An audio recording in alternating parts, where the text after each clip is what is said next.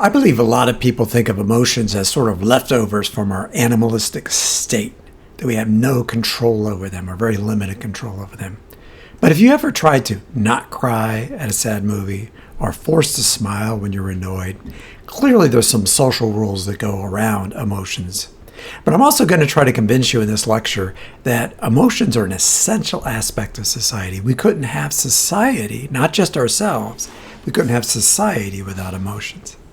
First, let's look at the role of society in emotions by dissecting what an emotion is. There's certainly different types of emotions, but I want to look at everything that goes around it. First, I want to say there is that physiological arousal we get. It might be an excitement, it might be anger or something like that. But there's also other things that surround that feeling that may be animalistic, maybe not. First is what conjures that emotion, the situational cues that tell the emotion to go ahead and do it. So picture a scenario where you're walking down the street and somebody bumps you. In one condition, they don't say anything. In another condition, they say, "Excuse me." Which one do you think is likely to arouse the emotion of anger, right? So there are also expressive gestures and labels. That is, what you're expected to do when you're angry or happy or sad. And then the labels themselves, not only what we call it, such as joy or anger or whatever, but also how you feel that is. Is it a good emotion, a bad emotion, and so forth? And so society is involved with what triggers that feeling, but also what we call the feeling and how we actually conjure that feeling in the real world. In psychology, we distinguish between primary emotions and secondary emotions. And it's generally believed there's some emotions that are universal around the planet among all humans. And in fact, we can apply them to other mammals as well. They might include things like joy, fear, anger, sadness, or surprise. Secondary emotions stem from primary emotions and generally are associated with higher order processing, such as hope, anxiety, resentment, shame, or shock. And you can see how they might stem from primary emotions such as joy and hope, fear, anxiety, anger, resentment, and so forth. That becomes important, at least for part of sociology, when we look at how we apply those emotions to ourselves and other people.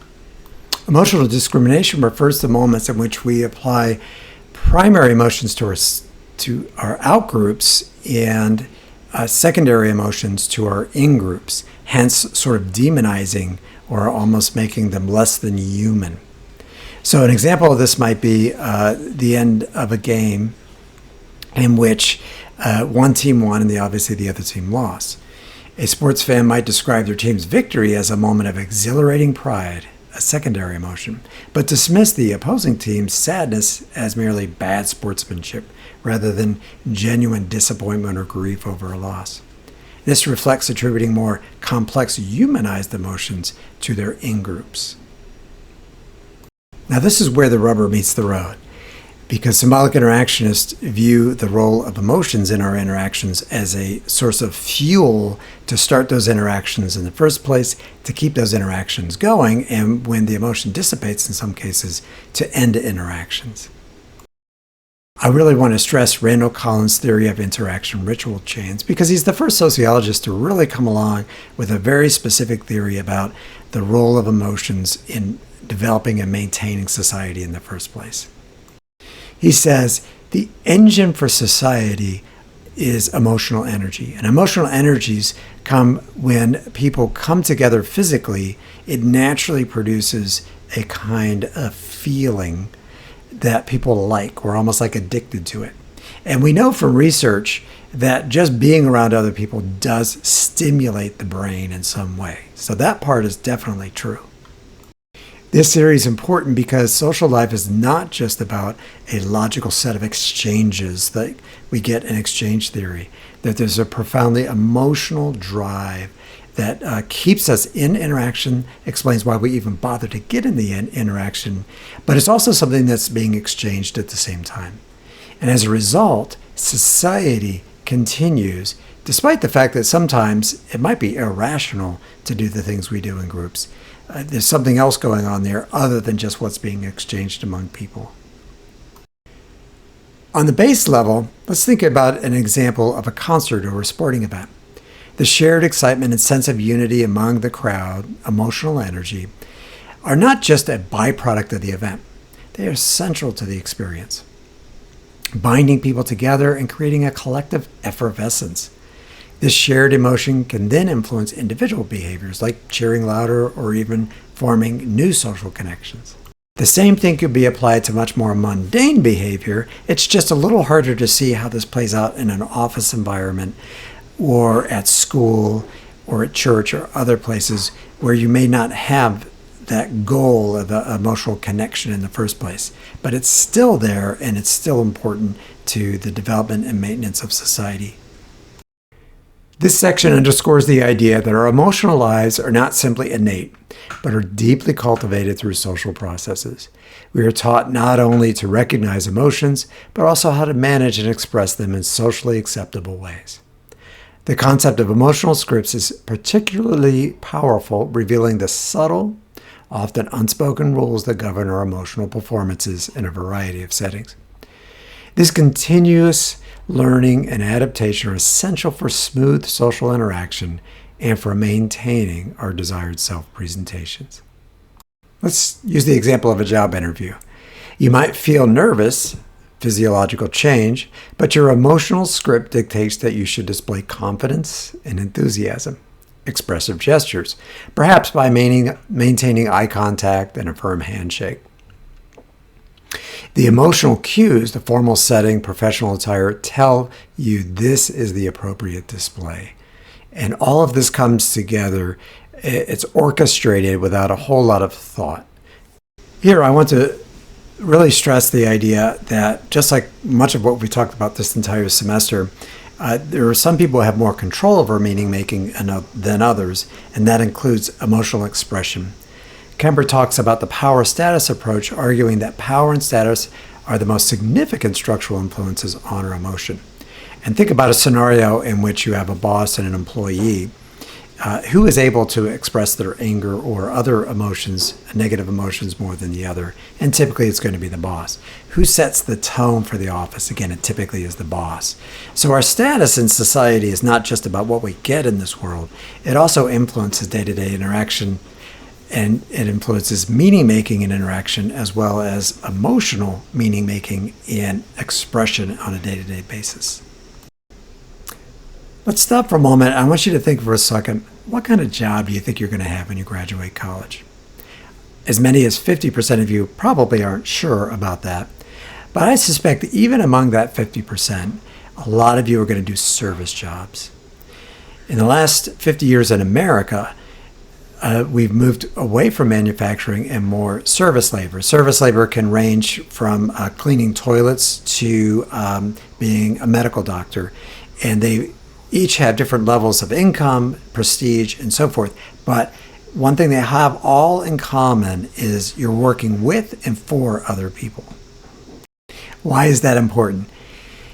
Because according to Hochschild, we engage in emotion work whenever we have to deal with other people. We just can't have an emotion and go with it. We have to bite our tongue even when we want to snap at somebody. We have to be kind to a customer even if that customer is not being nice to us. And this has changed the nature of work and really has strained our emotional lives in a very difficult way. You might have heard of Goleman's emotional intelligence. Emotional intelligence is the idea that some of us are able to manage our emotional lives better than others, manage our relationships with other people at work and at home better than others. And it's no surprise that this concept came up in the last 20 or 30 years in America because it's the last 20 or 30 years in which we shifted from doing labor in a factory to doing labor with other people. Hence, we need the ability to interact with other people, and that skill. It's become important, but that's because the economy changed. So it's another way society is impacting our emotional lives above and beyond anything that might be part of our biology.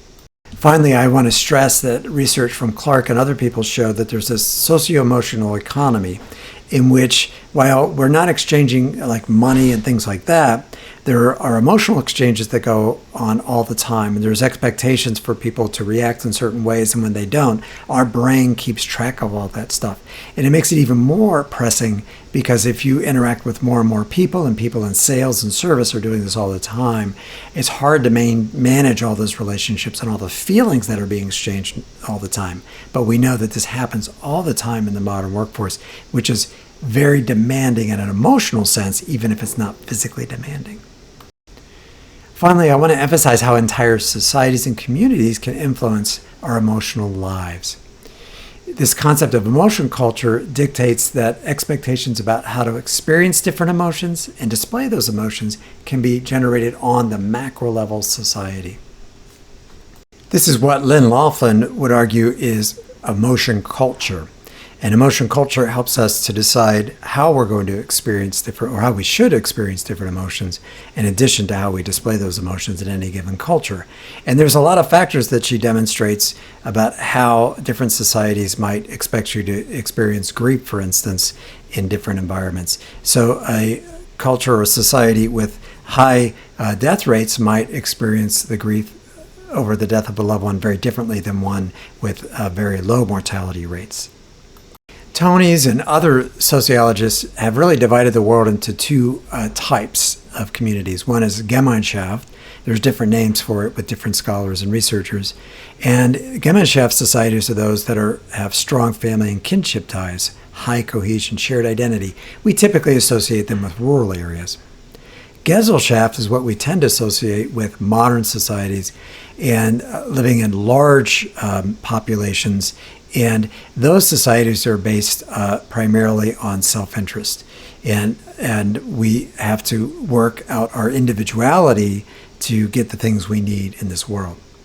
The reason that's important for our study of emotions is that you can see in these two different types of communities, people are going to experience their emotional lives very differently.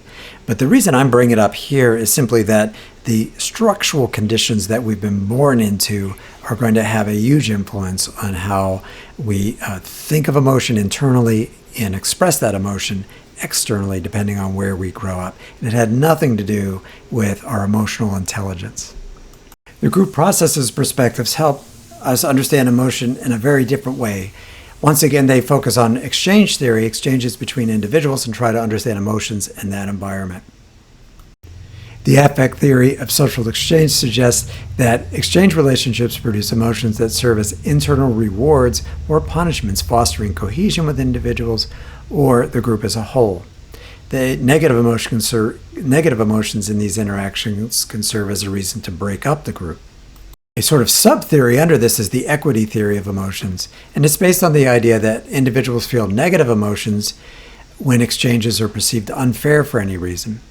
This can be rectified in one of two ways. One is you can have distributive justice, that is, you do things so that everybody gets an equal outcome.